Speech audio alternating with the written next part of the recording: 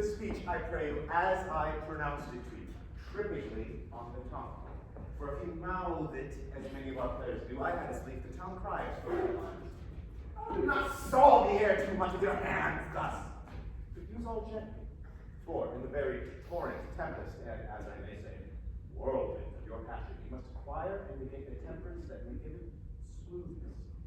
Oh, it offends me to the soul to see a robustious, periwinked fellow tear a passion to tatters, to very rags, to split the ears of the groundlings who, for the most part, are capable of nothing but inexplicable dumb shows and noise. I would have such a fellow whipped for order and terminated. How Harry's Harry, I pray you, avoid it. I warn you, be not too tame neither, but let your own discretion be your duty.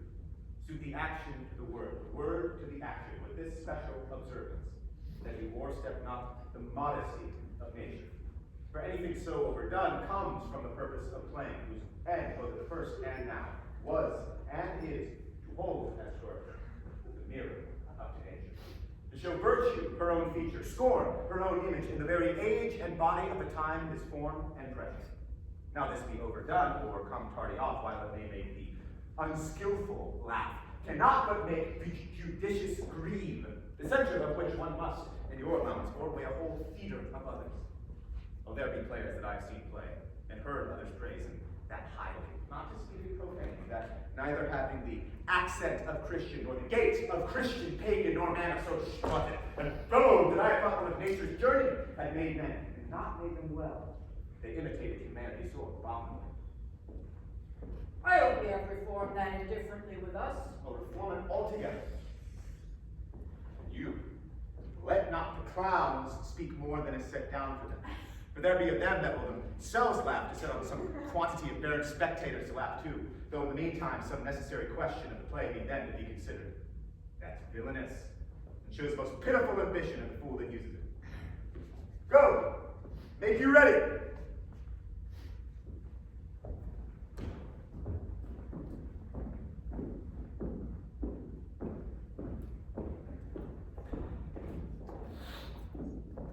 So, Horatio.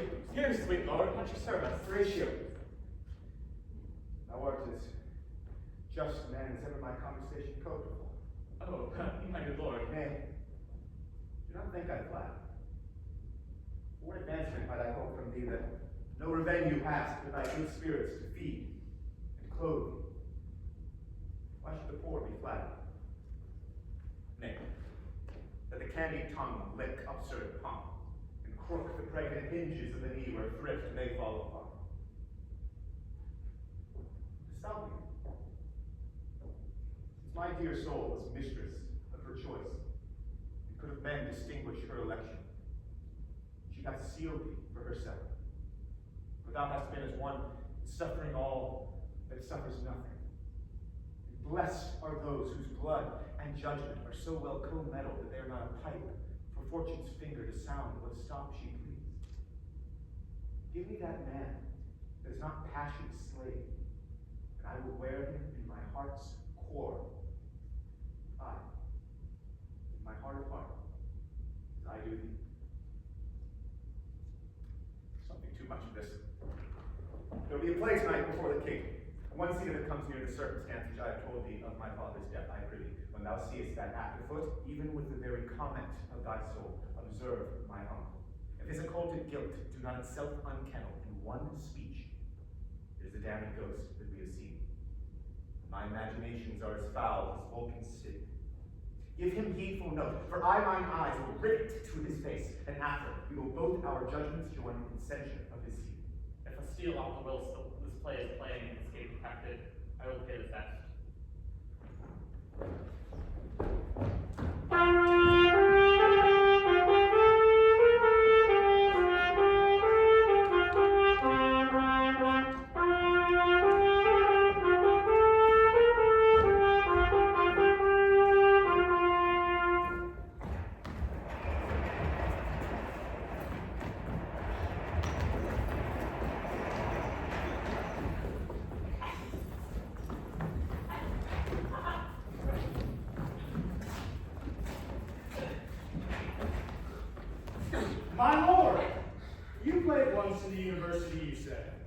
That did I, my lord, and was accounted a good actor. What did you enact?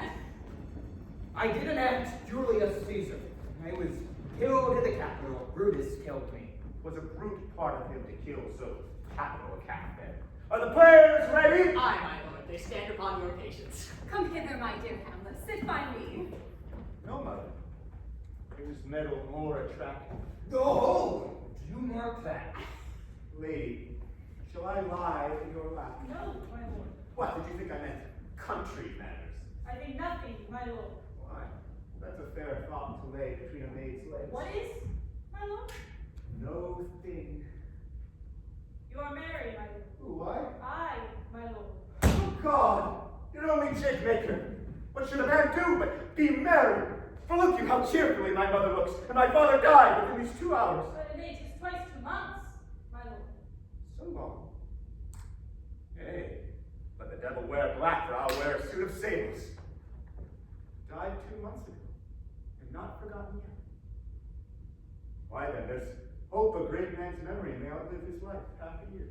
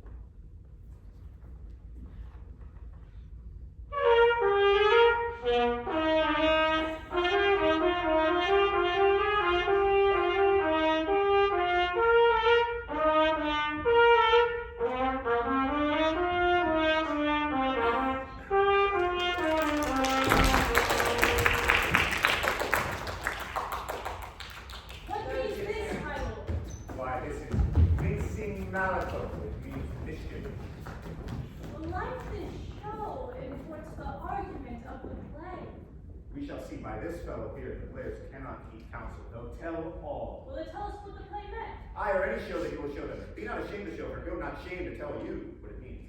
You are not. All right the play. For us, and for our tragedy, if stooping to your clemency, we beg your hearing patiently. Is this a prologue or the posy of the ring? This brief, my lord. As woman's love.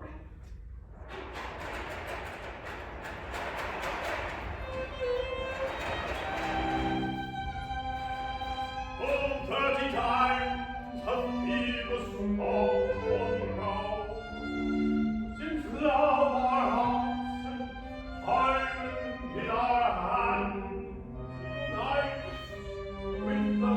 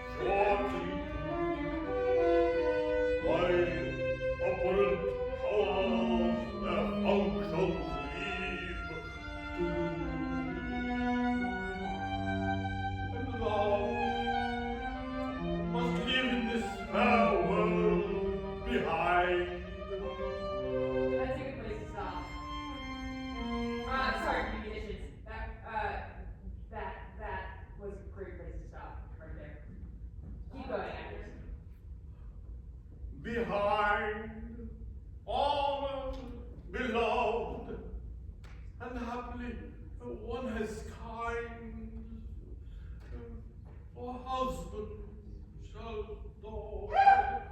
Confound the rest! Such love must needs be treason in my breast. In second husband, let me be accursed. None with the second, but who killed the first. That's wormwood. The instances that second marriage move are based on expensive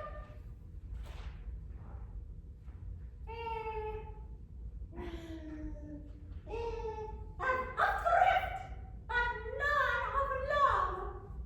A second time I kill my husband dead, when second husband kisses me in bed. I do believe you think what now you speak. But what we do determine oft we break. Our wills and fates do so contrary run, that our devices still are overthrown. Our thoughts are ours, their ends none of our own. So think thou wilt no second husband wed, but die thy thoughts when thy first lord is dead. No, earth to me give food, nor heaven light. Sport and repairs look from me day and night. To desperation turn my trusted hope, and anchors cheer in prison be my skill. Each opposite that blinks a face of joy, meet what I would have will, and it destroy. Both here and hence, pursue me, lasting strife. If once I be a widow, ever I be a wife. You should break it now. Oh, it is deeply sworn. Oh, sweet, leave me here a while. My spirits grow dull. Fain I would beguile the tedious day with sleep. Sleep, rock thy brain, and never come mischance between us twain.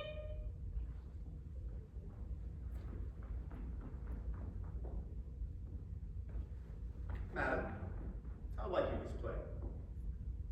The lady doth protest too much, methinks. But she'll keep her word. Have you heard the argument? Is there no offense in it? They do but jest. Poison, in jest, no offense in the world. What do you call the play? A mousetrap. Mary, how? Trapping. This play is the image of a murder done in Vienna. The Duke's name is Gonzago, his wife Baptista. 'Tis a knavish piece of work, but what of that? Your Majesty and we that have free souls, it touches us not. Let the galled jade wince. Our withers are unwrung. This is one Lucianus, nephew to the king. Begin, murderer! Leave thy damnable faces and begin! Come! The croaking raven doth bellow for revenge. Thoughts lack, hands act, drugs fit, and time agree. Considerable season, else no creature seen. Thou mixture rank of midnight weeds collected, with Hamlet's vein thrice blasted, thrice infected. Thy dire magic and thy poverty, unwholesome life, desert me.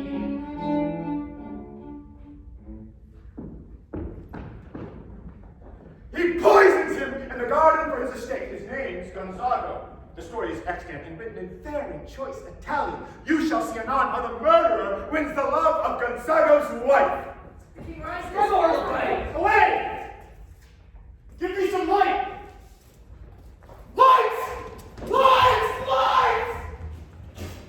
Why let the stray condemn we? The heart of another play, for some must watch while some must sleep, thus runs the world away. Or thou dost know, O Dame dear, this round dismantled was of Jove himself that now reigns here, a very, very In my prime. So good, Rachel. I'll take the ghost's word for £1,000. Proceed. Very well, my lord. I'll talk about the poison. I did very well know him. Why then, if the king like not the company, why then, belike you like it not for it. Come, some music! Good my lord! Vouchsafe me a word with you!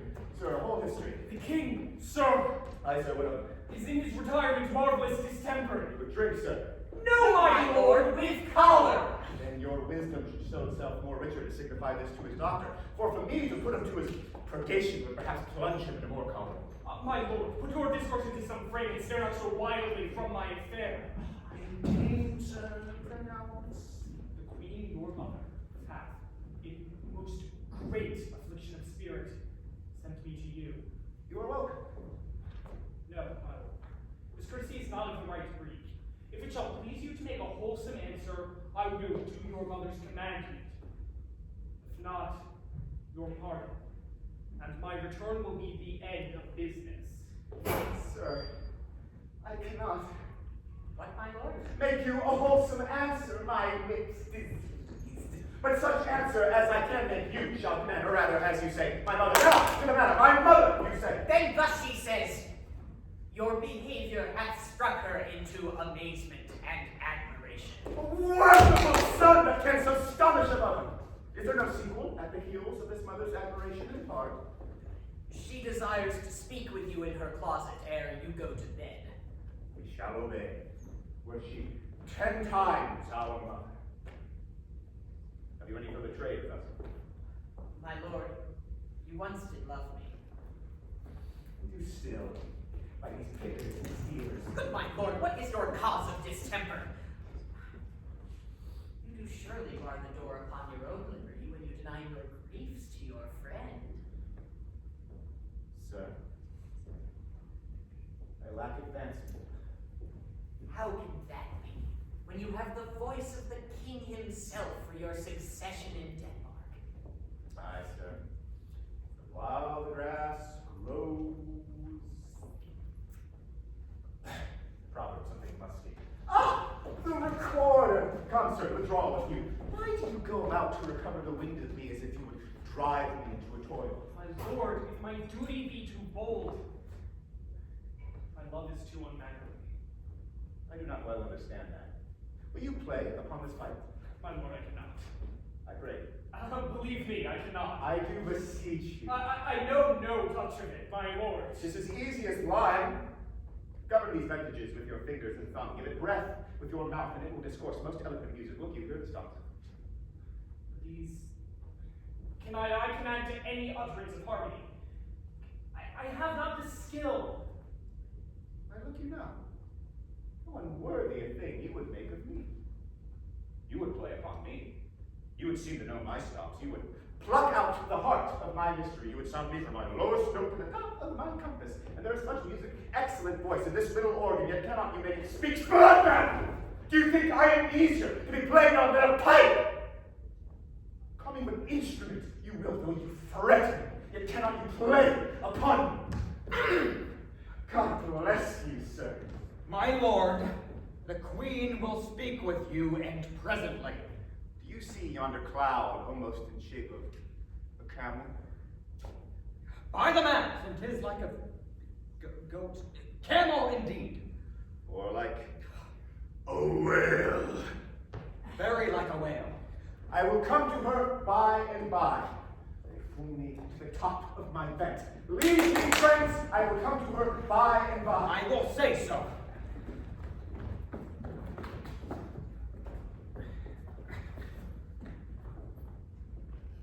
Just now churchyards yawn, and hell itself breathes out contagion to this world. Now can I drink hot blood, and do such bitter business as the day would quake to look on. Soft. To my mother. O heart, lose not thy nature. Let me be cruel, not unnatural. I will speak daggers to her, but use none. My tongue and soul in this be hypocrite. On my words, soever she be shed, to give them seals, never my soul consent.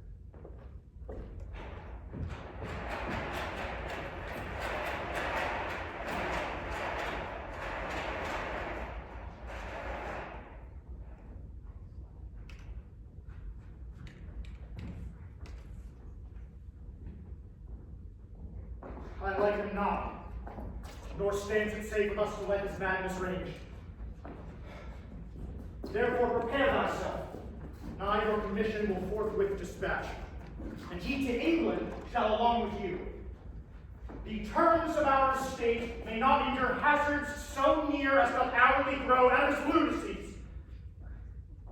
We will ourselves provide. Most holy and religious fear it is that keeps the many, many bodies safe, that live and feed upon your majesty. Arm you, I pray, to this speedy voyage, for we will fetters put about this fear that now goes too free-footed. We will haste us. My lord, he's going to his mother's closet. Behind the arras I'll convey myself to hear the process. I warrant she'll tax him home. And, as you said, and wisely was it said, 'tis meet that some more audience than a mother, since nature makes them partial, should o'erhear the speech of vantage. Fare you well, my liege. I'll call on you ere you go to bed and tell you what I know. Thanks, dear my lord.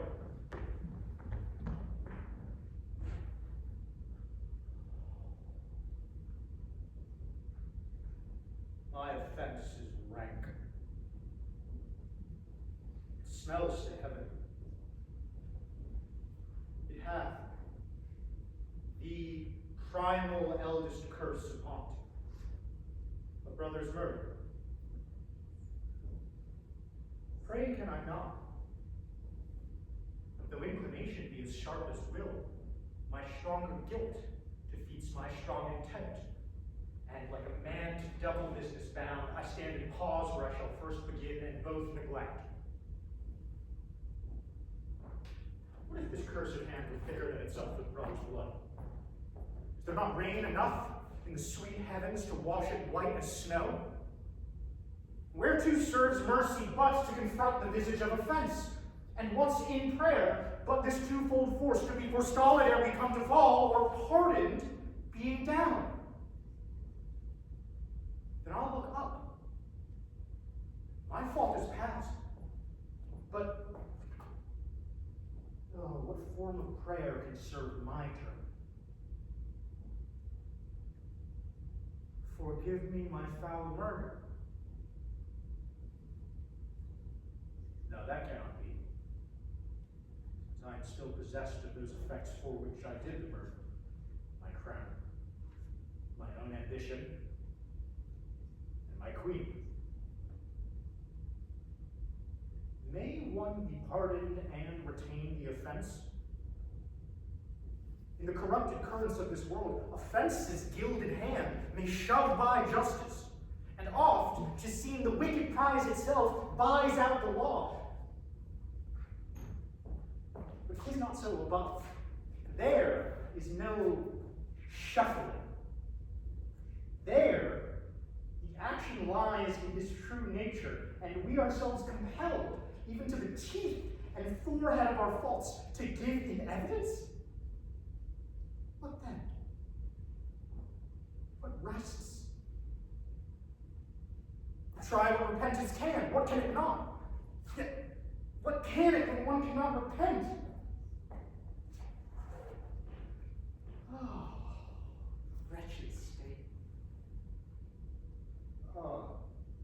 Bosom black as death. Oh, limed soul, that struggling to be free are more engaged. Help, angels. Make a say. Bow, stubborn knees, and heart with strings of steel. Be soft as sinews of the newborn babe. All may be well.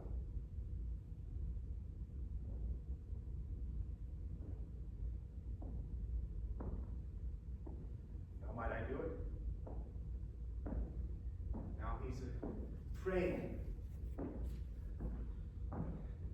Now I'll do it! So he goes to heaven. So am I revenged. That would be scandal. A murderer kills my father, for that I, his sole son, do send that same villain to heaven. Why, this is hiring salary, not revenge. He took my father grossly, full of bread, with all his crimes broad blown, as flush as May. And how his lot it stands, who knows? Save heaven. But in our circumstance and course of thought, 'tis heavy with him. And I then, revenged, to take him in the purging of his soul when he is fit and seasoned for his passage. No, up sword, and thou more horrid hent. He is drunk, asleep, or in his rage, or in the incestuous pleasure of his bed, at gaming, swearing, or about some act that hath no relish of salvation in it. Then trip him, that his heels may kick at heaven, and his soul may be as damned and black as hell, where to it goes. My mother stays. This physic but prolongs thy sickly days.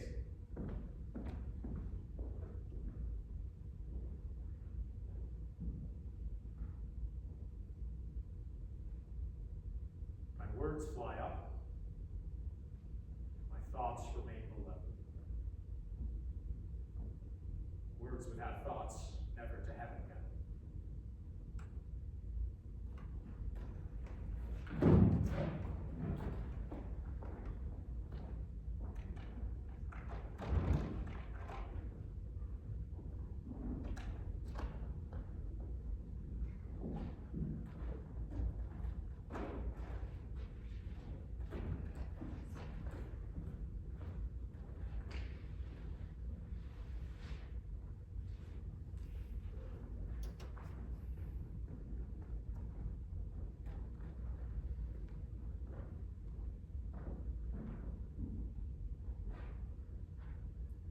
He will come straight. Look you, lay home to him. Tell him that his pranks have been too brawn to bear with, and that your grace hath screened and stood between much heat and him. I'll sconce me even here.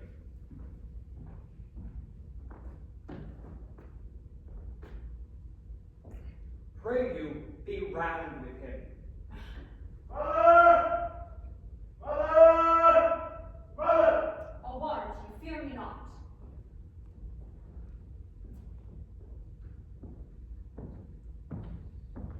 Now, mother, what's the matter? Hamlet, thou hast thy father much offended. Mother, you have my father much offended. Come, come, you answer with an idle tongue. Go, go, you question with a wicked tongue. Why, how now, Hamlet? What's the matter? Have you forgot me? No, by the rood, not so. You are the queen, your husband's brother's wife. And what it were not so, you are my mother. Nay, then I'll set those to you that can speak. Come, come, sit you down. You shall not budge.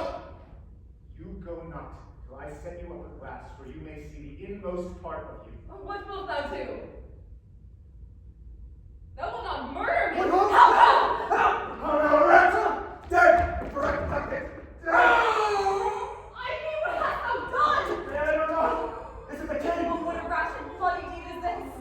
bad, good mother, as kill a king and marry his brother. Kill a king! Aye, lady. 'Twas my order. Thou wretched, rash, cruel fool. I took thee for thy bed. Take thy fortune. Thou find'st to be too busy is some danger.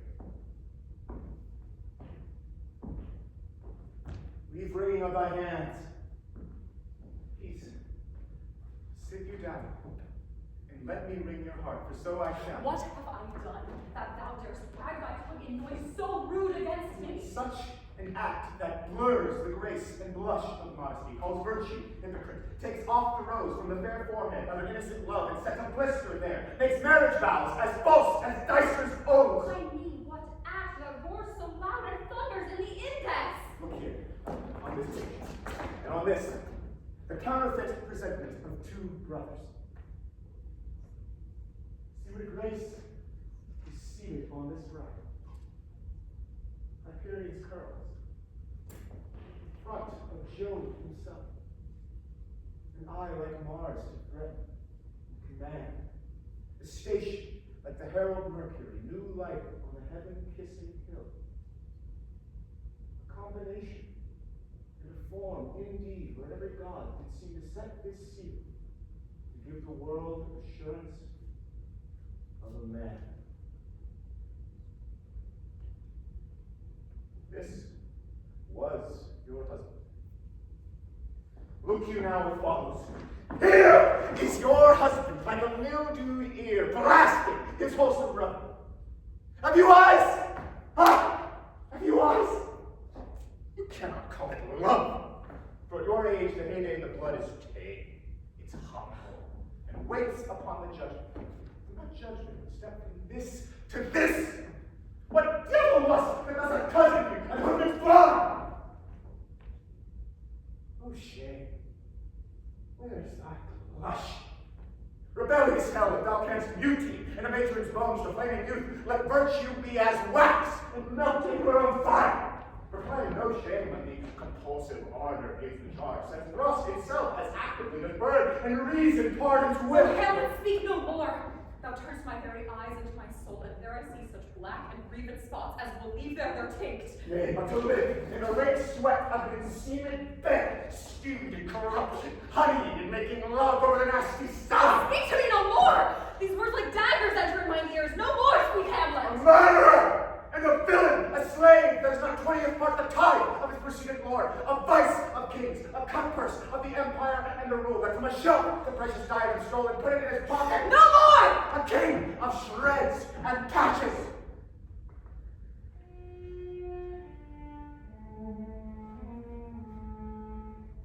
Save me. Cover o'er me with your wings of heavenly garments. What would your gracious figure? Alas, he's mad. Do you not come your tardy son to chide that lapsed in time and passion? Let's go by the important acting of your dread command. Oh, say. Do not forget. This visitation is but to whet thy almost blunted purpose. But look, amazement on thy mother sits. Oh, step between her and her fighting soul. Concede weakest body, strongest works. Speak to her, Hamlet. How is it with you, lady? Alas, how is it with you, that you do bend your eye on vacancy, and with the incorporeal air do hold discourse? Forth at your eyes your spirits wildly peep. O gentle sun, upon the heat and flame of thy distemper sprinkle cool patience. Whereon do you look? On him! On him! Would you how pale he glares? His form and cause conjoined, preaching as stones would make them king. Do not look upon me. action, you convert my stern effect. Then when I have to do what true color tears, perchance for blood. To whom do you speak this? Do you see nothing there? Nothing at all. Or you nothing here? No. Nothing but ourselves. Look you there. My father! Miss Hamlet, as you will. This is the very coinage of your brain. My pulse, as yours, doth temperately keep time, and makes as helpful music. It is not madness that I have let it bring me to the test, and I, the matter, will reword which madness would gamble from. Mother, for love of grace, lay not that flattering unction to your soul, that not your trespass, but my madness speaks. 'Twill but skin and film the ulcerous place, whilst rank corruption, minding all within, infects unseen. Confess yourself to him. Repent what's past. Avoid what is to come. And do not spread the compost on the weeds to make them rank. Oh, Hamlet, thou hast cleft my heart in twain. Throw away the worser part of it. Live the purer with the other half.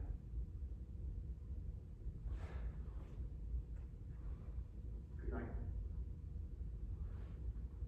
Go not to my uncle's bed. Assume a virtue if you have it not. That shall lend a kind of easiness to the next abstinence. The next, more easy. Once more, good night. And when you are desirous to be blessed, a blessing beg of you. The same Lord, I do repent. But that hath pleased it so to punish me with this. This with me, that I must be the scourge and minister. I will bestow it, and will answer well the death I gave it. So again, good night. I must be cruel, only to be kind. Thus bad begins, the worst remains behind.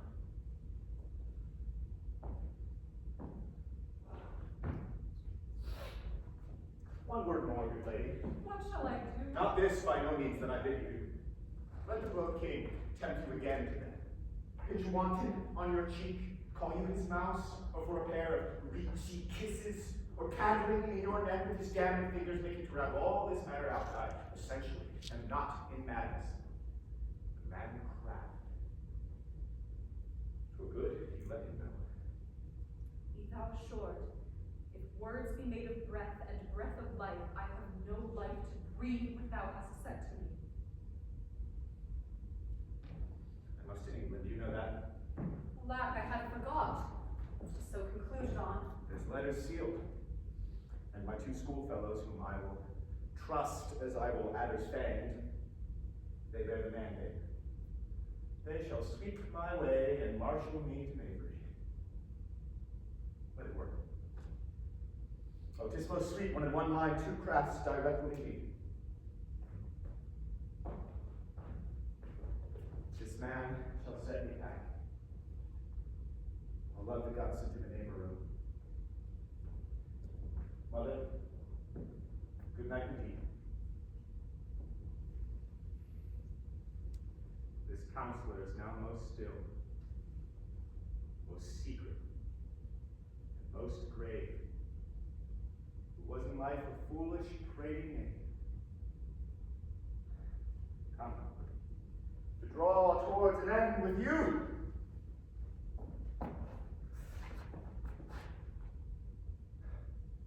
Good night, Mother.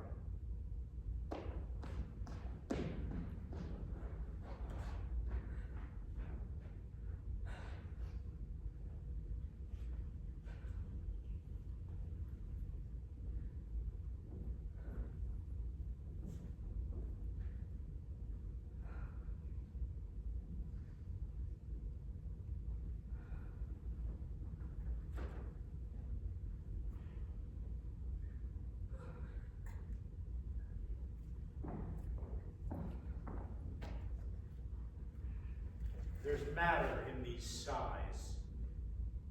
these profound heaves. You must translate. Tis fit we understand them. Where is your son? Oh, my lord, what have I seen tonight? What, Gertrude? How does Hamlet? Mad as the wind and sea when both contend which is the mightier. In his lawless fit, behind the arras hearing something stir, whips out his rapier, cries, "A rat! A rat!" and in his brainish apprehension kills the unseen good old man. Heavy deed. Alack, how shall this bloody deed be answered? His liberty is full of threats to all, to you yourself, to us, to everyone.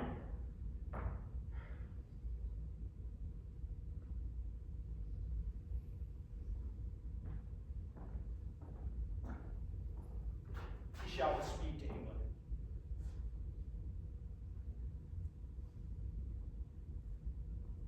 In this vile deed, we must, with all our countenance and majesty, skillfully excuse. Ho, Guildenstern! Friends both, go join you in some further aid. Hamlet in madness hath Polonius slain. Go seek him out, speak fair, and bring the body into the lobby. I pray you haste in this!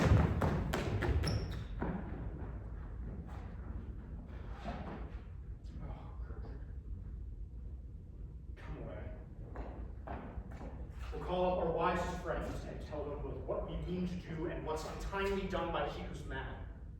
Come away. My soul is full of discord and dismay.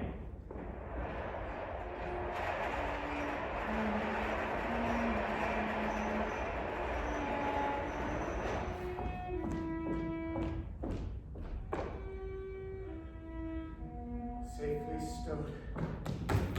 What have you done, my lord, with the dead body?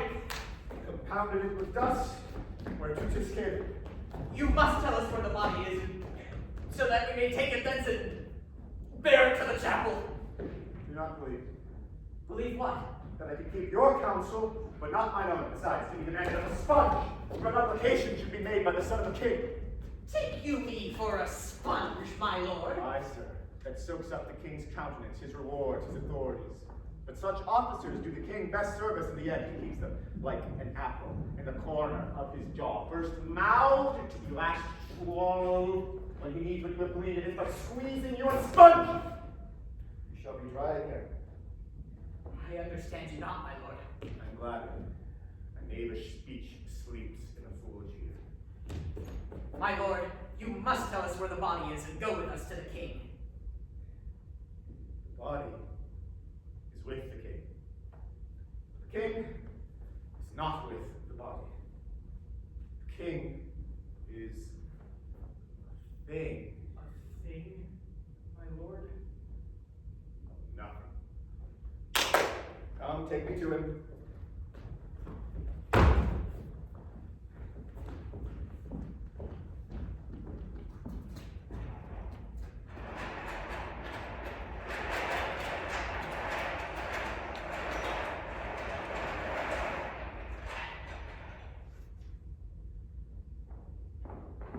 How dangerous it is that this man goes loose.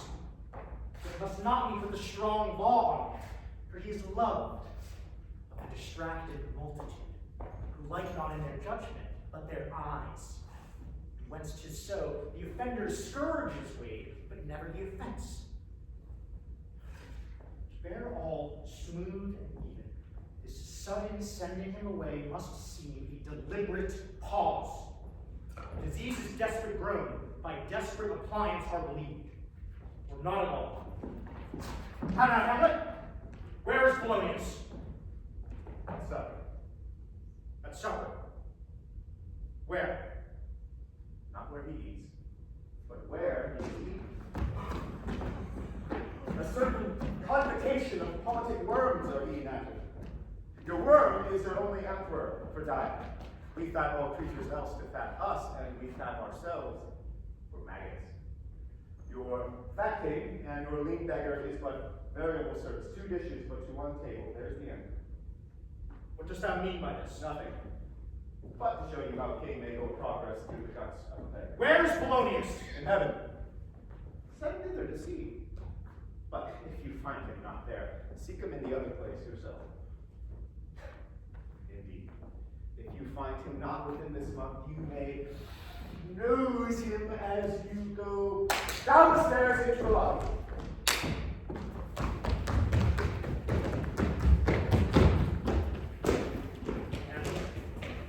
This week, for thine special safety, must send thee hence. Therefore prepare thyself.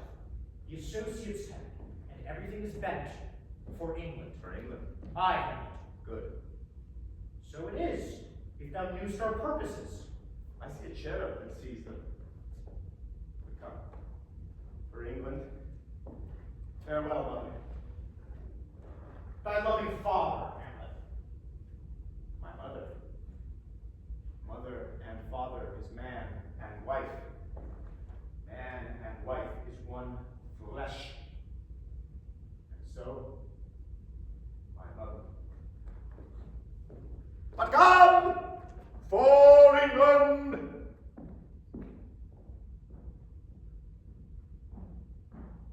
England. If ever my love thou hold'st it on, thou mayst not coldly set our sovereign process, which imports at full, with letters congruing to that effect, present death of Hamlet. Do it, England. For like the hectic in my blood, he rages, and thou must cure me. Till I know 'tis done, however my haps, my joys will ne'er begin.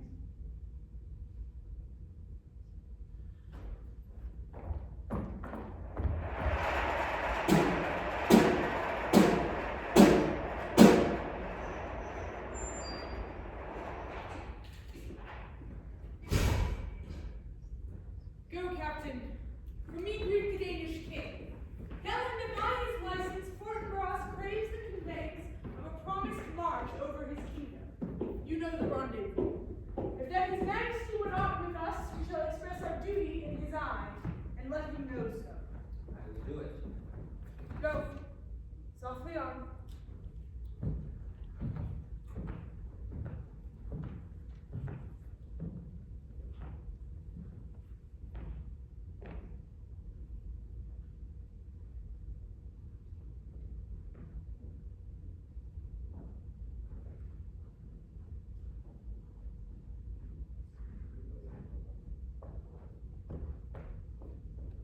My lord, we must make haste. Sir, whose powers are those? They are of Norway, How purpose, sir, I pray? against some of Poland, Who commands them, sir? the nephew to old Norway, Fortinbras. Goes it against the main of Poland, sir, or force of the frontier? Truly to speak, and with no addition to it, we go to gain a little patch of land that hath in it no profit but the name. To pay 5 ducats, 5 I would not farm it, nor will it yield to Norway or the Pole a ranker rate should it be sold in fee. Why then the Polak never will defend it? Aye, it is already garrisoned. 2,000 souls and 20,000 ducats will not complete the question of this strong. This is the imposture of much wealth and peace that inward breaks. Shows no cause of doubt when a man dies. I humbly thank you, sir. Goodbye, you, sir. Will't please you go, my lord? I'll be you straight. Go a little before.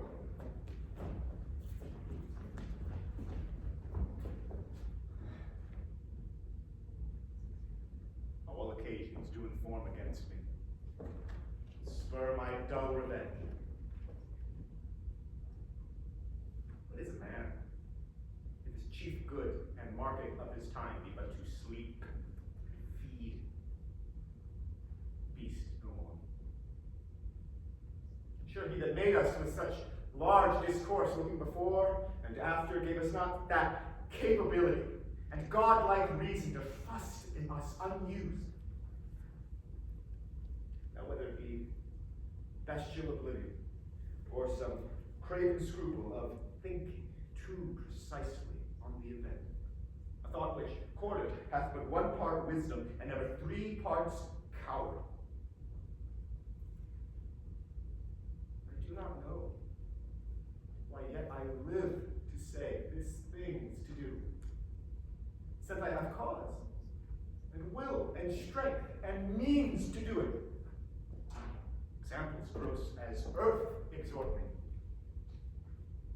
Witness this army here, of such mass and charge, led by a delicate and tender prince whose spirit, with divine ambition puffed, makes mouths at the invisible event, exposing what is mortal and unsure to all that fortune, death, and danger dare.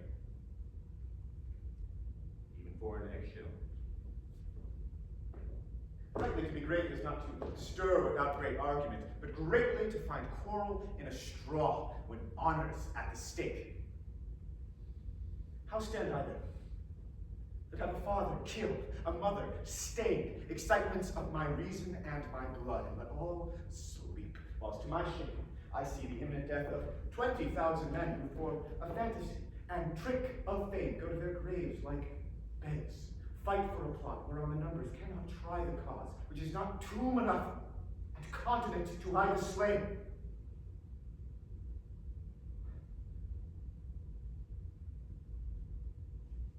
Oh, from this time forth, my thoughts be bloody, or be nothing worth.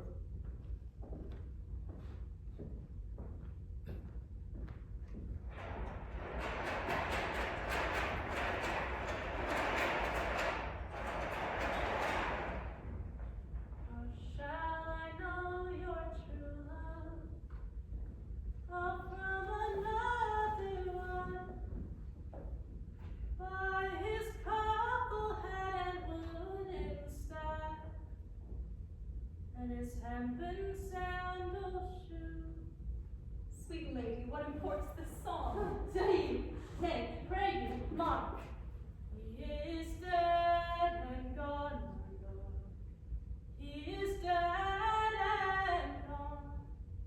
At his head a grass green turf, and at his heels a stone. Nay, but Ophelia, pray you, mark.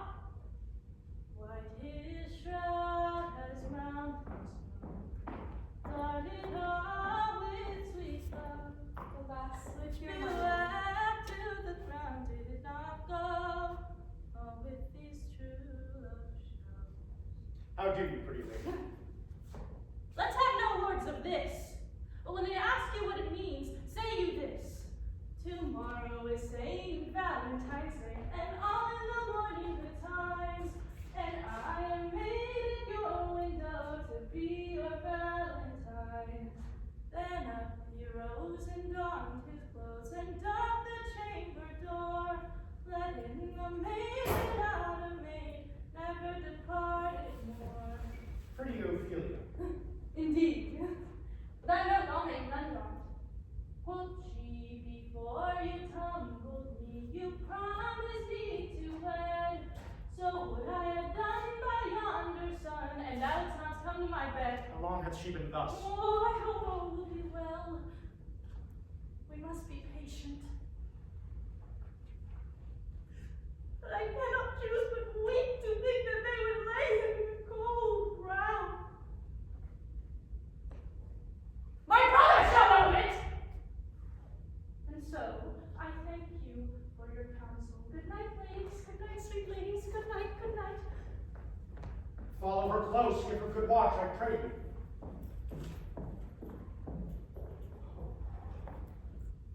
This is the poison of deep grief. It springs all from her father's death, and now behold.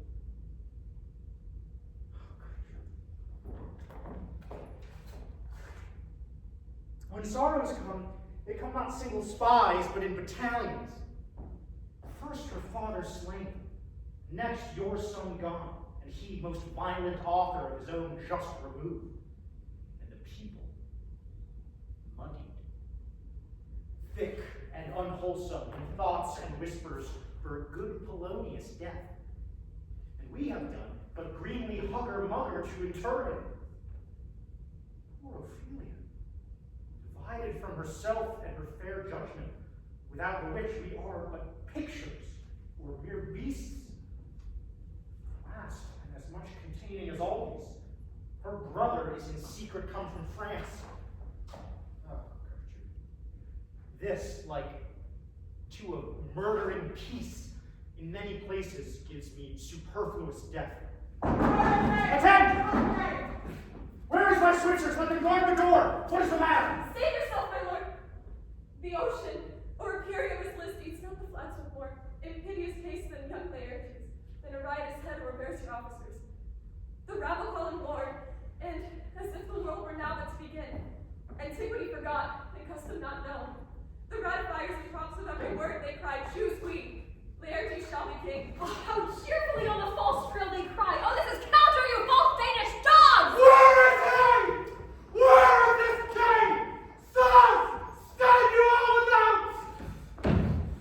Oh, thou vile king, give me my father! Call me for Laertes! That drop of blood that's called proclaims me Boston, Christ's capital. To my father brands the harness, even here between the chase, unsmirched brow of my true mother. What is the cause, Laertes, that thine rebellion looks so giant-like? Let him go, Gertrude. Do not fear our person. There's such divinity doth hedge a king, that treason can but peep to what it would, acts little of his will. Tell me, Laertes, why thou art so incensed. Let him go, Gertrude. Speak, Anne. Where is my father? Dead. But not by him. Let him demand his fill. Okay, be dead! I will not be juggled with to hell allegiance, vows to the blackest devil, conscience and grace to the profoundest pits. I dare damnation. To this point I stand, that of both the worlds I give to negligence. Let come what comes, only I'll be revenged most thoroughly for my father. Good Laertes, if you desire to know the certainty of your noble father, is to written in your revenge that swoop-stakes you will draw both friend and foe, winner and loser, none but his enemies. Will you know them then? To his good friends.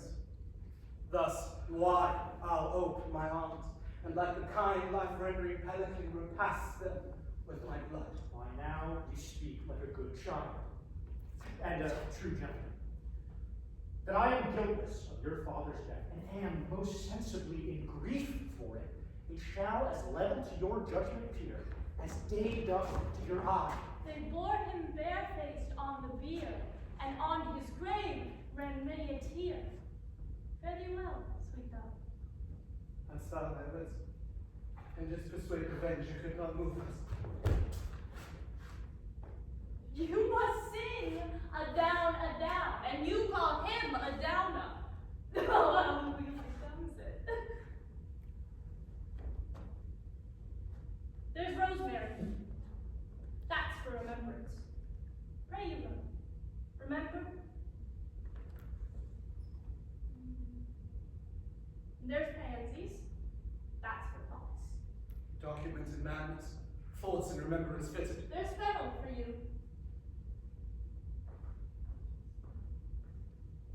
Here's brew for you. And here's some for me. We may call it herbal grace of Sundays. You must wear your brew with a difference.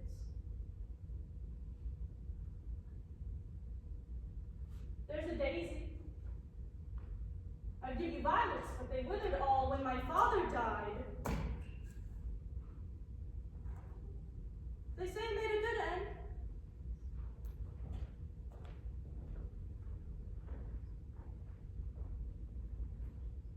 For Bonnie, sweet Robin is all my joy.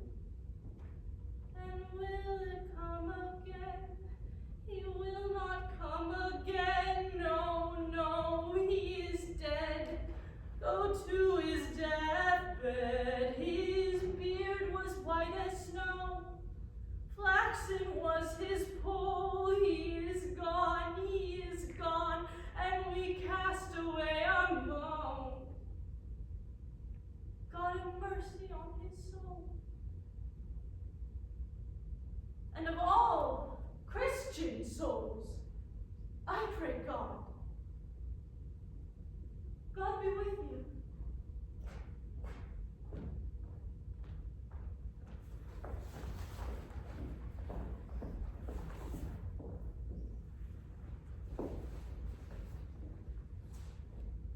you see this, oh God?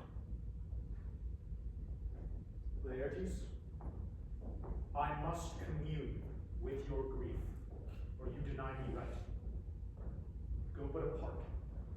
Make choice of whom the wisest friends you will, and they shall hear and judge twixt you and me. If by direct or by collateral hand they find us touched, we will our kingdom give, our crown, and all that we call ours, to you in satisfaction. But if not, be you content to lend your patience to us, and we will jointly labor with your soul to give it due content. Let this be so. His means of death, his obscure view, no children, soul, or hatchet or his bones, no noble rights, no formal ostentation, cries be heard as it were, from heaven to heaven. That I must call into question. So you shall. Where the offense is, let the great axe fall. I pray you go with him.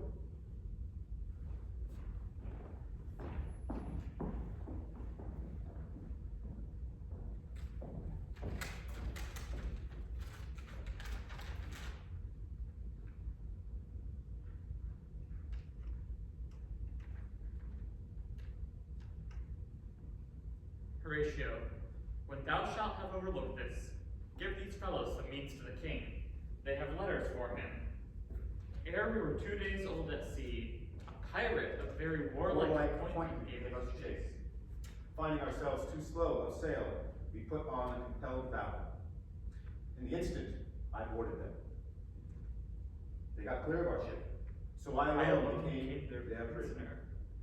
They have dealt with me like thieves of mercy, but they knew what they did. I shall do a good turn for them. Let the king have the letters that I have sent, and repair thou to me with as much speed as thou wouldst fly death. I have words to speak in thine ear, which would make thee dumb. Yet are they much too light for the bore of the matter. These good fellows here shall bring thee to where I am.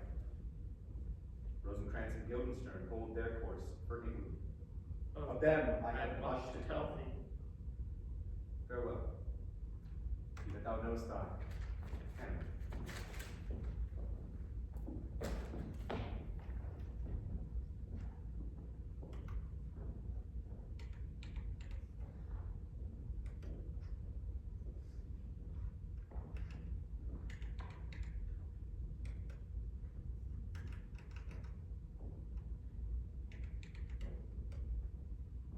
Now, Mr. Conscience, my acquaintance seal, and you must put me in your heart for friends, if you have heard, and with a knowing ear, that he which hath your noble father slain pursued my life.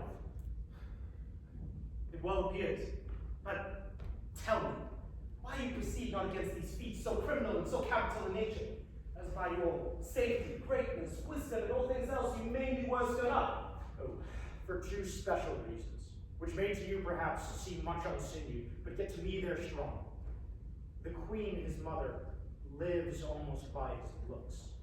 And for myself, my virtue or my plague, be it either which, she is so conjunct to my life and soul that as a star moves not but in his sphere, so I could not but by her.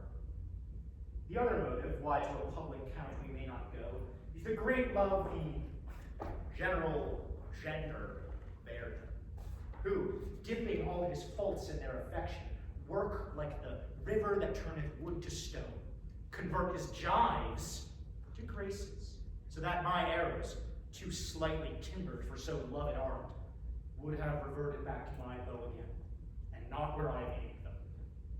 And so have I, a noble father lost, a sister driven to desperate terms, whose worthy praises may go back against her challenger and mount of all the age for her perfections. But my revenge will come! Break not your sleeps for them. You must not think that we are made of stuff so flat and dull that we can let our beards be shook with danger and call it pastime.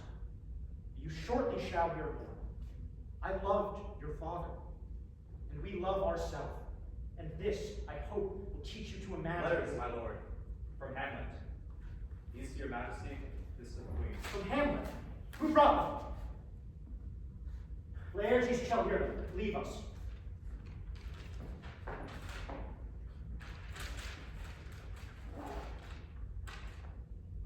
High and mighty, you shall know I am set naked on your kingdom.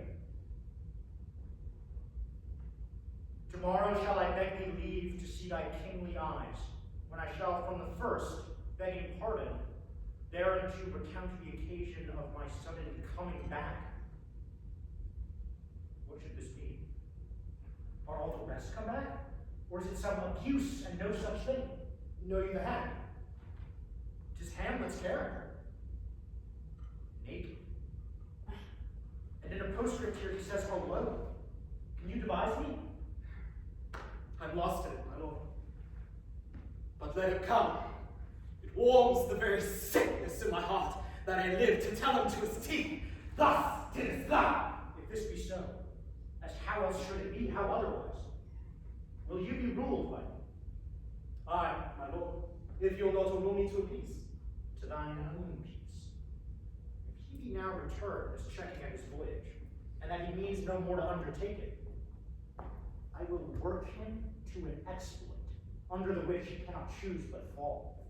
And for his death, no wind of blame shall breathe, and even his mother shall uncharge the practice, and call it accident. My lord, I'll be ruled. But rather, if you could advise us so that I might be the order. It falls right. You have been talked of in your travel much, and that in Hamlet's hearing, for a quality wherein they say, you shine. What pot is that? Laertes, was your father dear to you? Or are you like the painting of a sorrow, a face without a heart? Why? After this! Not that I think you did not love your father, but that I know love is begun by time, and that I see, in passages of proof, time qualifies the spark and fire. That we should do when we would. But this would changes, and hath abatements and delays, as many as there are hands, are tongues, are accidents. Then this should is like a spendthrift sigh that hurts by easing. But to the quick of the ulcer, Hamlet has come back. What would you do to show yourself indeed your father's son, more than in word alone? Cut his throat in the church! No place indeed should murder sanctifies. Revenge should know no bounds. But will you do this? Keep close within your chamber. For Hamlet come home shall know you are returned. Will put on those shall praise your excellence and bring you in fine together and wager over your heads. He, being remiss, would not peruse the foils, so that with a little shuffling, that with ease, you may choose a sword unbeaten, and in a single pass of practice, requite him for your father. I will do it. For that purpose, I will anoint my sword. I bought an unction from a mountebank, so mortal that but dip a knife in it, where it draws blood no cataplasm so rare, collected from all the simples that a virtue under the moon can save the thing from death that is but scratched withal. I will touch my point with this contagion, that if I gall him slightly, it may be death. Let's further think on this. Weigh what convenience, both of time and means, may fit us to our shape. Therefore, this project should have a back or second that might hold if this did blast in proof. Soft, let me see. Put a solemn wager on your cunnings. I have to. When in your motions you are hot and dry, as make your bouts more violent to that end, I'll have proffered him a chalice for the nonce, whereupon but sipping, if he by chance escapes your venom blade. One would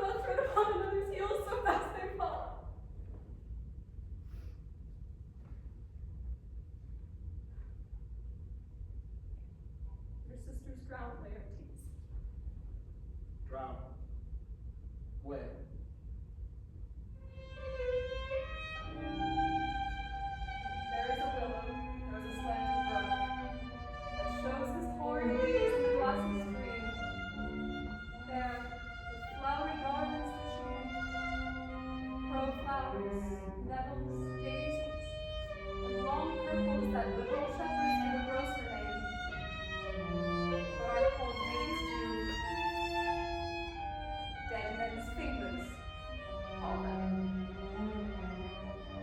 There, on the pendant boughs where cornel leads clambering to hang, an envious sliver broke, went down her reedy trophies under some fellow leaping brook.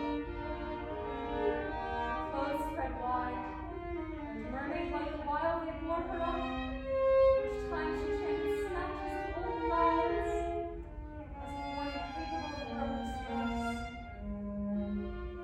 Whereas the maiden, and indeed unto that element, but long it could not be, till leather garments, heavy with their drink, followed the poor wretch from her melodious lay to muddy death. Alas, and she is drowned. Drowned. Too much water hast thou, poor Ophelia, and therefore I forbid thy tears. But yet, it is our trick. Nature accustomable. Let shame say what it will.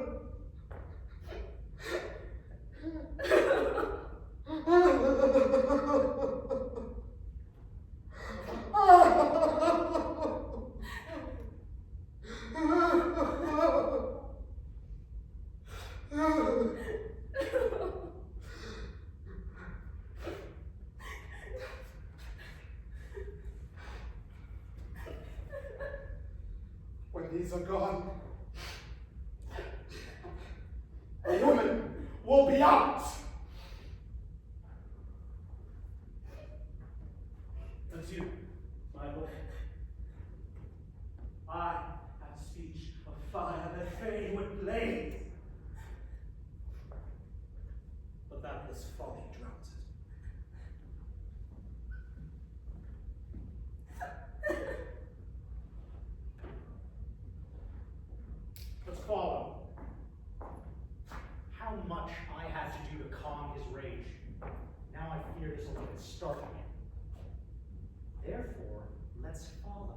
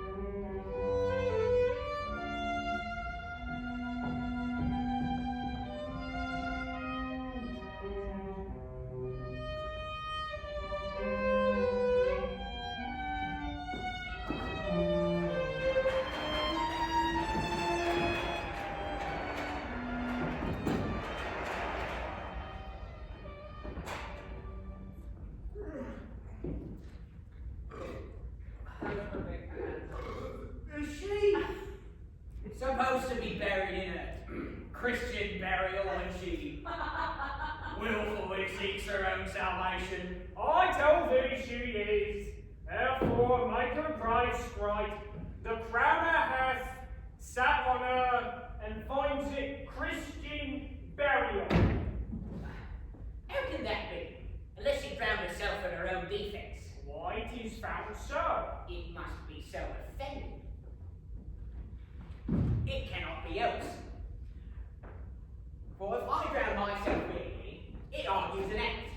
And an act hath three branches. That is, to act, to do, and to perform. Argal, she drowned herself willingly. No, but in you, good man, tell Give me. me it. Here lies the water. Good. Here stands the man. Good. water and drown himself, it is will-e, nil-e, he goes. Mind that. But,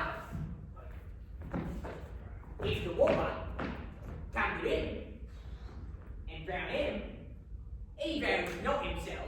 I'll go, he that is not guilty of his own death shortens not his own life. But is this law? I marry a Scrabber's quest law. Will you have the truth on it? If she had not been a gentlewoman, she should have been buried out of Christian burial.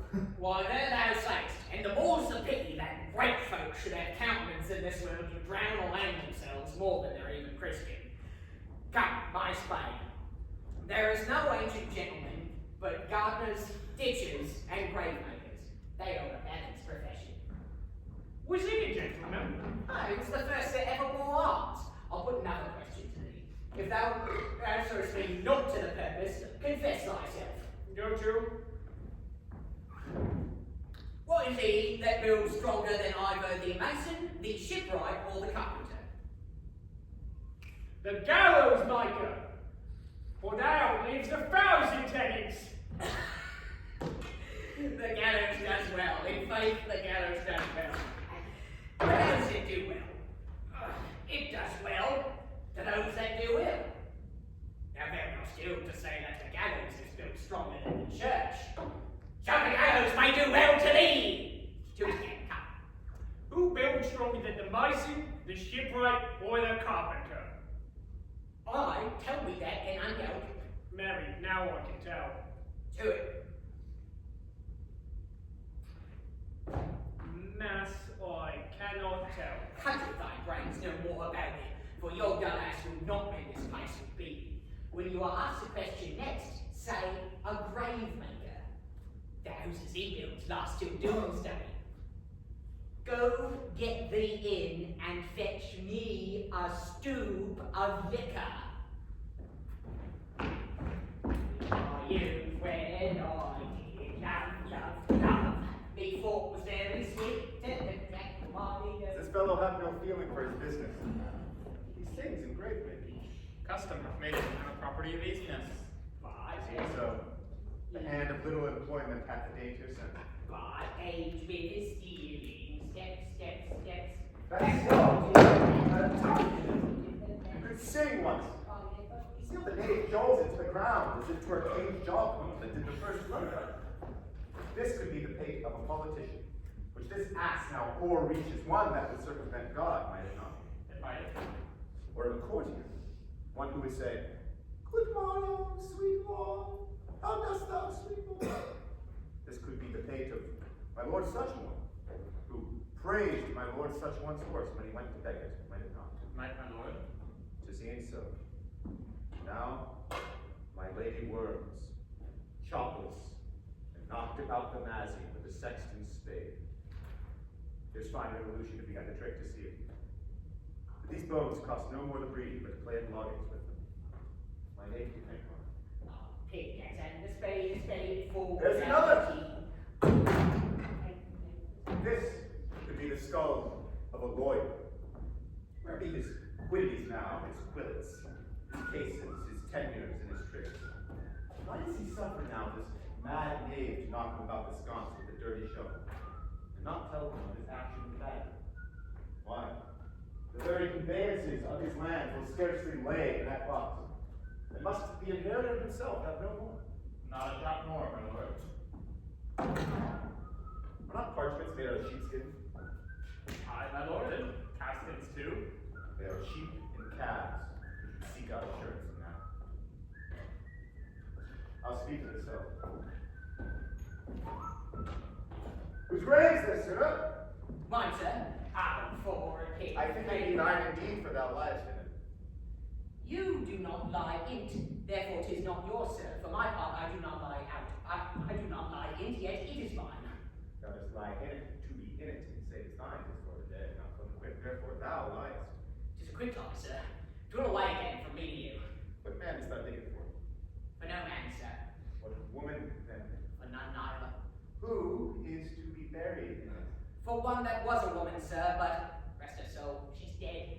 How absolute the knave is. We must speak by the card, or equivocation shall undo us. How long hast thou been grey hair?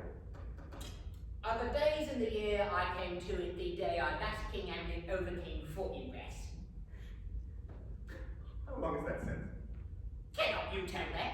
Every fool can tell that. Why, that was the very day that young Hamlet was born. He that is mad and sent him to England. I married. Why was he sent to England? Oh, because he was mad. He shall recover his wits there. Or, if he do not, 'tis no great matter there.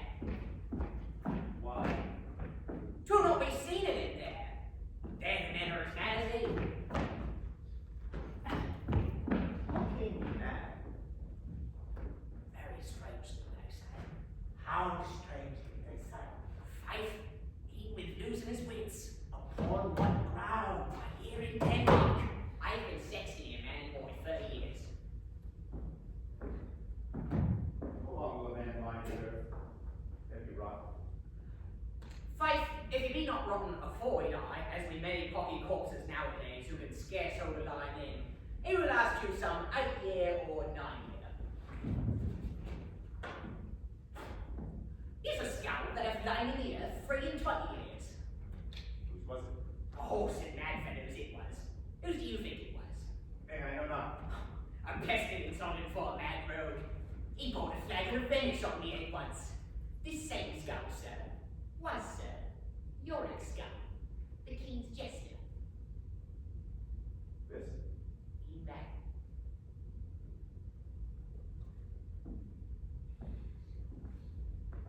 Alas, poor York. I knew him, Horatio. He was a fellow of infinite jest with most excellent fancy. He hath borne me on his back 1,000 times. And now how horrid in my imagination it is. My gorge rises at it. Here hung those lips I have kissed I know not how often. Look at your jibes now. Your gambols, your songs, your flashes of merriment that were wont to set the table on a roar. Not one now to mock your own grinning. White chop fallen. Go get you to my lady's chamber. And tell her, let her paint an inch thick to this favor she must come. Make her laugh at that. Prithee, Horatio, tell me one thing. What is that, Lord? Dost thou think Alexander looked this fashion in the earth? Even so? No, so. Even so, Lord. What base uses we may return, Horatio? Why may not imagination trace the noble dust of Alexander till he find it stopping a bungle? To consider, too curious to consider, so. No faith, not a jot. But to follow him thither. With modesty enough and likelihood to lead it. Alexander died. Alexander was buried. Alexander returneth to dust. The dust is earth. Of earth we make loam. And why not of that loam whereto he was converted might we find him stopping a beer barrel? Imperious Caesar, dead and turned to clay, might stop a hole to keep the wind away. Oh, that that earth, which kept the world in awe, should patch a wall to expel the water's flow. Soft a while. King, we. Who's this they follow? With such maimed rights. Is the broken corpse they follow with desperate panic and lose no life? Was of some mistake.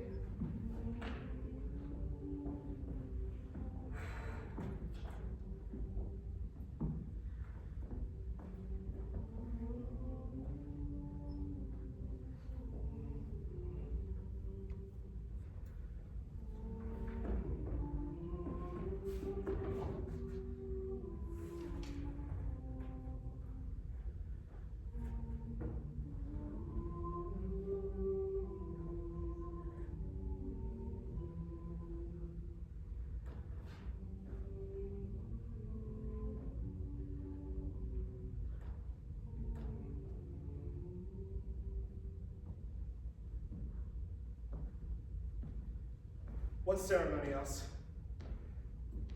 Her obsequies have been as far and large as we have warranty. Her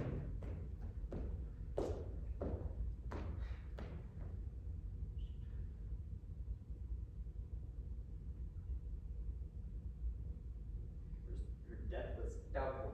That great command o'ersways the order she stood in ground unsanctified and lodged to the last trumpet. Charitable prayers, flints and pebbles should be thrown on her. Yet here she is allowed her virgin crowns, her maiden instruments, and bringing home a bell and burial. Must there no more be done? No more be done. Should profane the services of the dead to sing a requiem with such rest to her as to peace-parted souls. From her fair and unpolluted flesh may violence spring. I tell thee, churlish priest, a ministering angel shall my sister be when thou liest howling. Sweets to the sweet. Farewell. I hoped thou shouldst have been my Hamlet's wife. I thought thy bride bed to have decked sweet maid, and not have screwed thy grief. Well, trouble, fallen 10 times double on this accursed head, whose wicked deed thy most ingenious sense deprived thee of. Hold up the other one! Till I caught him once more in mine own arms. Now pile your dust upon the quick again, till of this flat mountain you have made to a toppled Pelion, or the sky shed of blue Olympus. What is he whose grief bears such an emphasis, whose phrase of sorrow conjures the wandering stars, and makes them stand like wonder-wounded heroes? It is I, Hamlet the Dane. The devil take his soul! Ah, the praise not low! Pray, take thy fingers from my throat, for though I am not splendid and rash, yet I have in me something dangerous, and let thy wiseness fear. Hold up thy hands! Pluck them asunder! Good my lord. I will fight with him upon this theme till my iris no longer wag. Oh, my son, what theme! I loved Ophelia. 40,000 brothers could not with all their quantity of love make up my sum. What wouldst thou do for him? For the love of God, forbear him, Laertes. He is mad. What wouldst thou do? Would weep? Would fight? Would fast? Would tear thyself? I'll do it. Dost thou come here to why? To outface me, to believe me into her grave, be buried quick with her, and so will I. And if thou bring up mountains, let them throw millions of acres on us, till our ground, singeing his paint against the burden zone, may toss out like a wart. Nay, thou mouth, thou rant as well as thou. This is mere madness, and this a wild fit will work on him. Anon, as patient as the female dove when that her golden couplets are disclosed, his silence will sit drooping.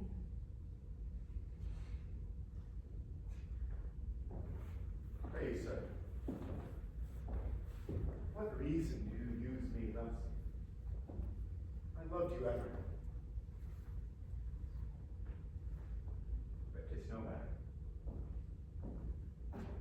Let Hercules himself do what he may.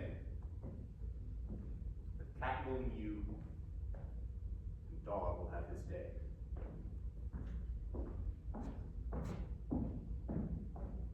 Good Horatio, follow him close, I pray you. Good Gertrude, set some watch over your son.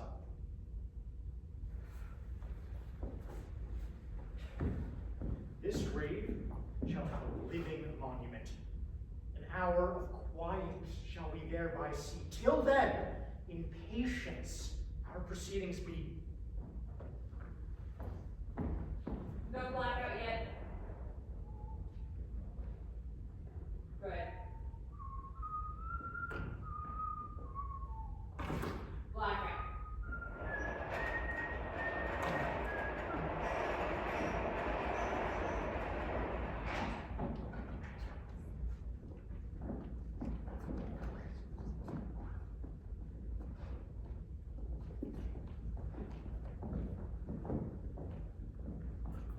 Nay, do you remember all the circumstances? Remember it, my lord.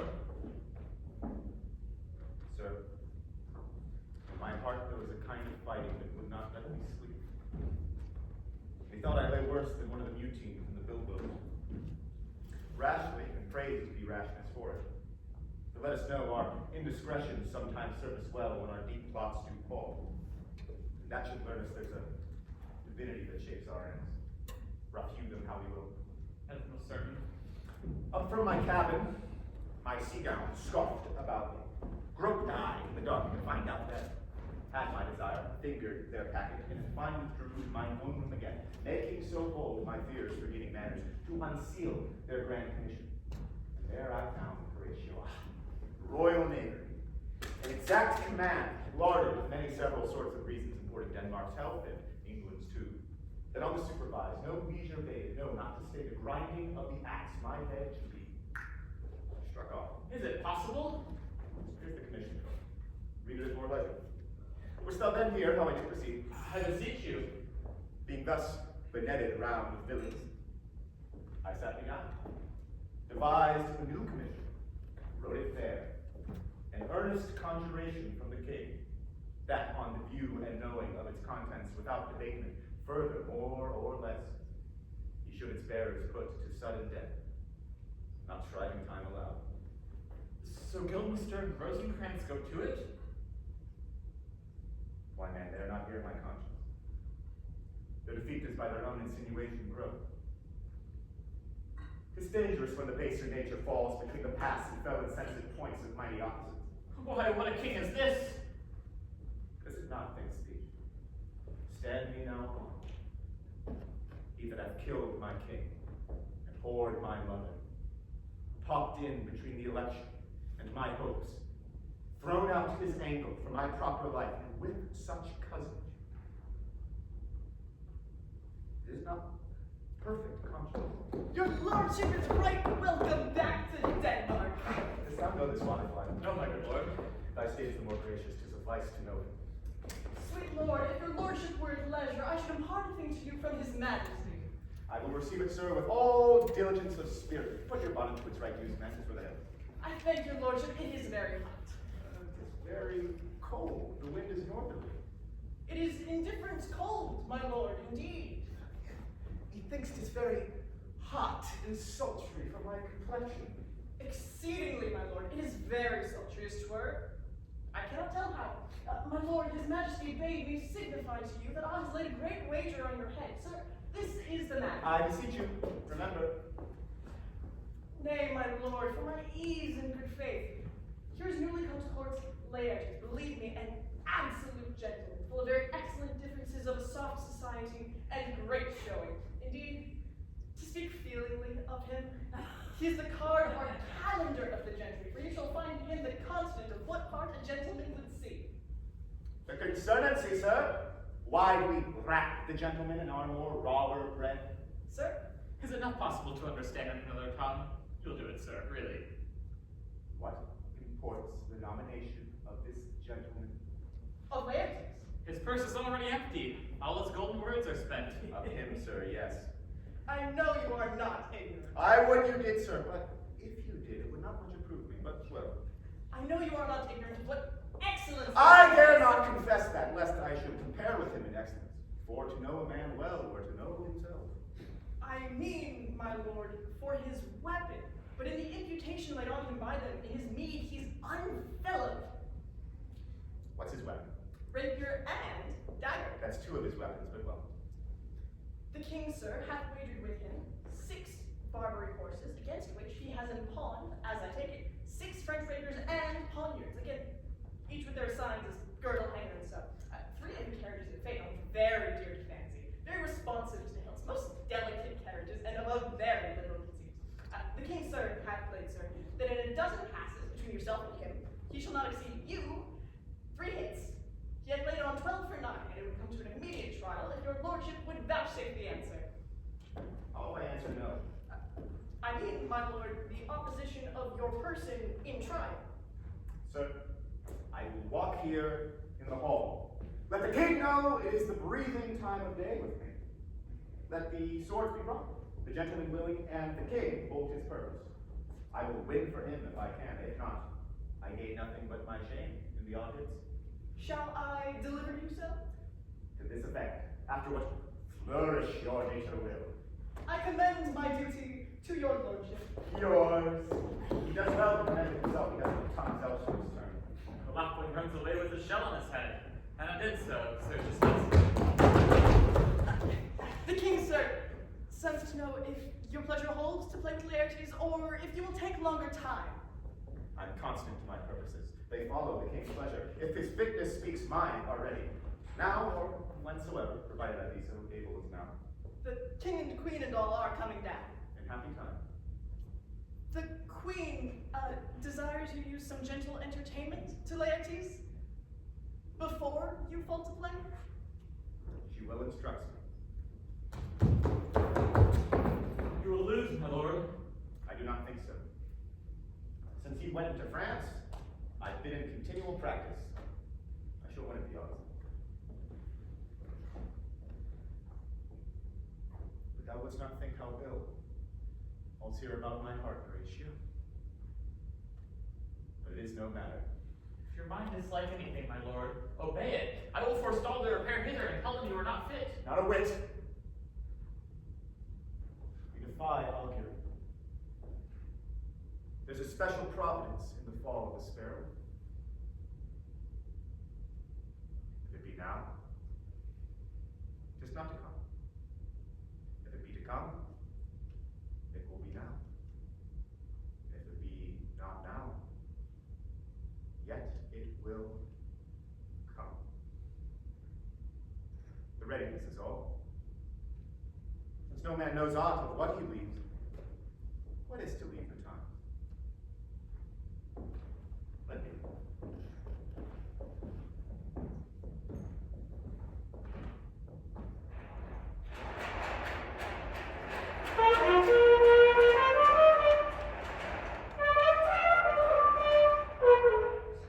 It's okay, just start again. Yeah.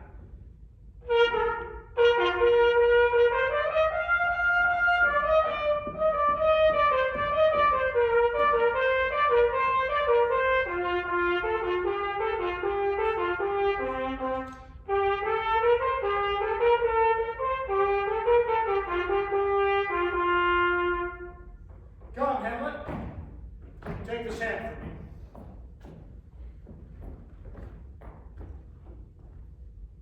Sir, give me your pardon. I have done you wrong. But pardon it as you are gentle. His presence knows you must needs have heard how I am punished with a sore distraction. What I have done that might your nature, honor, and exception roughly away, I here proclaim was madness. Was it Hamlet wrong Laertes? Never Hamlet. If Hamlet from himself be ta'en away, and when he's not himself, is wrong Laertes? Hamlet does it not. Hamlet denies it. Who does it then? It's madness. If it be so, Hamlet is of the faction that is wrong. His madness is poor Hamlet's enemy. Sir, let my disclaiming from a purpose evil free me so far in your most generous thoughts that I have shot my arrow o'er the house and hurt my brother.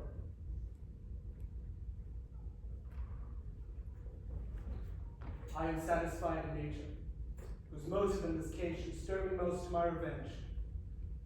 But in all my terms of honor, I stand aloof and will no reconcilement, till by some elder masters of known honor, I have a voice and precedent of peace to keep my name on board. But in all that time, I do receive your offered love, and will not want it. I embrace it freely, and will this brother's wager frankly play. Bring the swords, come, one for me. In mine ignorance, Laertes, your skill shall, like a star in the darkest night, stick fiery off indeed. You mock me, sir! No, by this hand. Cousin Hamlet, you know the wager. Very well, my lord. If Hamlet give the first or second hit, or quit in answer of the third exchange, the king shall drink to Hamlet's better breath, and in the cup and onyx shall eat bread.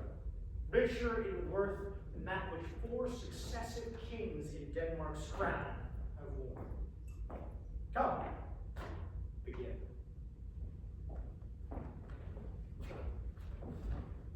Come on, sir.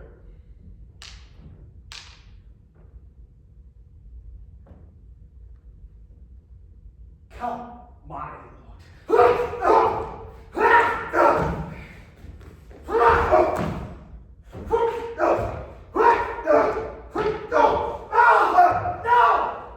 Judgment. A hit. A very palpable hit. What again? Stay. Give me a cup. Hamlet, this pearl is thine. Here's to thy health. Give him the cup. I'll play the spot first. Set it by a while. Come.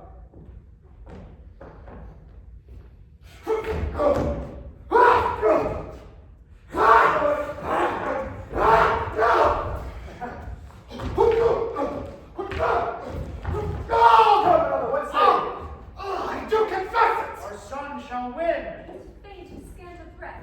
Here, Captain, take my napkin, rub thy brows. The queen carouses for thy fortune, Hamlet. Gertrude, do not drink. I will, my lord. I pray you pardon me. It is the poisoned cup. It is too late. Come, let me wipe my face.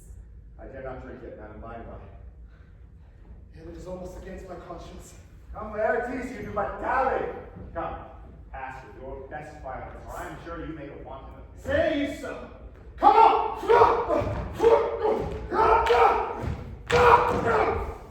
Nothing neither way. How about you now?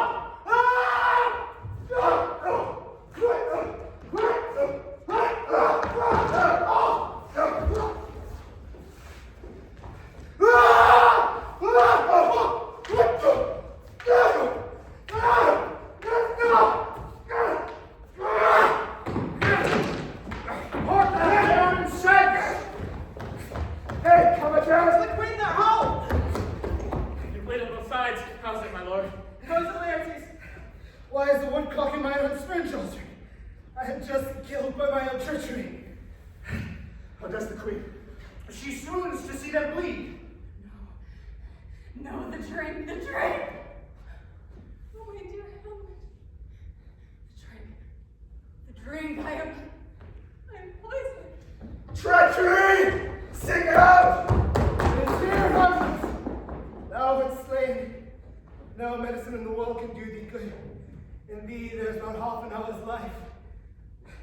The treacherous instrument is in my hand, unabated and envenomed. The foul practice hath turned itself on me. Thy mother is poisoned. I can no more. I can no more. The king! The king is to blame! The point of venom too. That venom to thy word. Ah! Oh, yet defend me! Our friends I would hurt!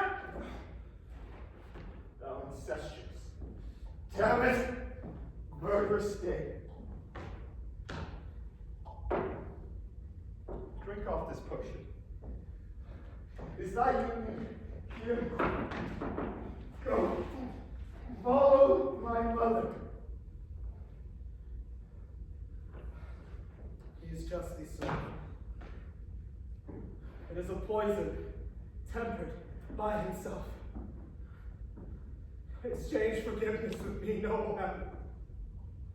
Mine and my father's death come not upon thee, nor thine on me. Heaven make thee free. I follow thee. I am dead, Horatio.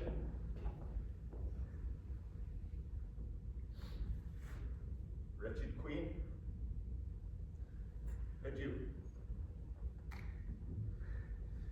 Had I but time, as this fell Sergeant Death is strict in his arrest, oh, I could tell you.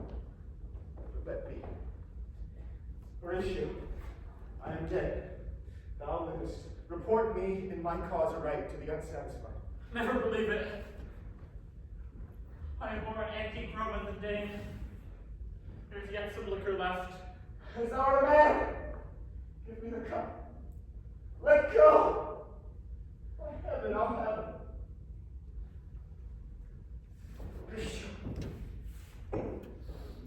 The wounded dead, things standing thus unknown, shall live behind me. If thou didst ever hold me in thy heart, absent me from thy felicity awhile, in this harsh world draw thy breath in pain to tell my story. Or like no this. Young Fortinbras, with conquest come from Poland. Oh, I die, Horatio. The potent poison quite o'ercrows my spirit. I shall not live to hear the news from England. But I do prophesy the election lights on Fortinbras. So tell them, with all the occurrence, more and less, which have solicited the rest is silence. Now cracks a noble heart. Good night, sweet prince. Flights of angels sing thee to thy rest.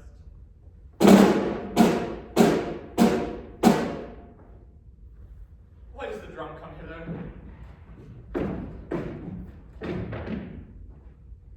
Where is this sight? What is it you would see? If not of woe or wonder, cease your search. Some warring cries on havoc. O proud death, our feast is toward in thine eternal cell, that thou so many princes at a shot so bloodily hast struck. The sight is dismal, and your affairs from England are too late. The ears are senseless that should give us hearing to tell him his commandment is fulfilled, that Rosencrantz and Guildenstern are dead. Where shall we have our thanks? Not from his mouth had it the ability to thank you. He never gave commandment for their deaths. Since so jump upon this bloody question, you from the Polack wars are here arrived. Do order that these bodies, high on a stage, be placed into the view, and let me speak to the yet unknowing world of how these things came about. So shall you hear of carnal, bloody, and unnatural acts, of accidental judgments, casual slaughters, of deaths put on by cunning and for no cause, and in the upshot, purposes mistook fallen upon